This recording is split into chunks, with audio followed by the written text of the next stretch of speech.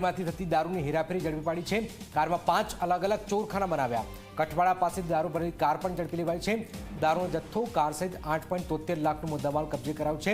ચમનારામ ચૌધરીની ધરપકડ થઈ છે અને 2 આરોપીઓ ફરાર છે। ઉદય રંજન અમારી સાથે જોડાયેલા છે। ઉદય, આ જે રીતે તરકીબ અપનાવી છે, ગજબની તરકીબ છે, પણ આખરે આ દારૂ ભરેલી કાર પણ ઝડપી લેવાઈ છે।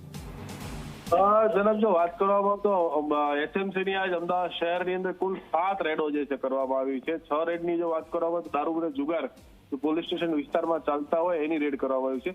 ત્યારે સમય સાંજે વધુ એક રેડ કરવામાં આવી, જેની અંદર એક કારની અંદર ચોરખાના અલગ અલગ બનાવવામાં આવેલા હતા, જેની અંદર મોંઘો વિદેશી દારૂ જે છે છુપાવવામાં આવેલો હતો। જે ગાડી પસાર થઈ રહી હતી, અમે અમદાવાદમાં પ્રવેશી રહી હતી, એ સમય દરમિયાન એને પકડવામાં આવેલો છે, જેમાં એક આરોપીની ધરપકડ થઈ છે। ત્યારે એસએમસીએ તપાસ શરૂ કરી છે કેટલા સમયથી આ દારૂની હેરફેર આ પ્રકારે ચોરી છુપીથી કરતો હતો।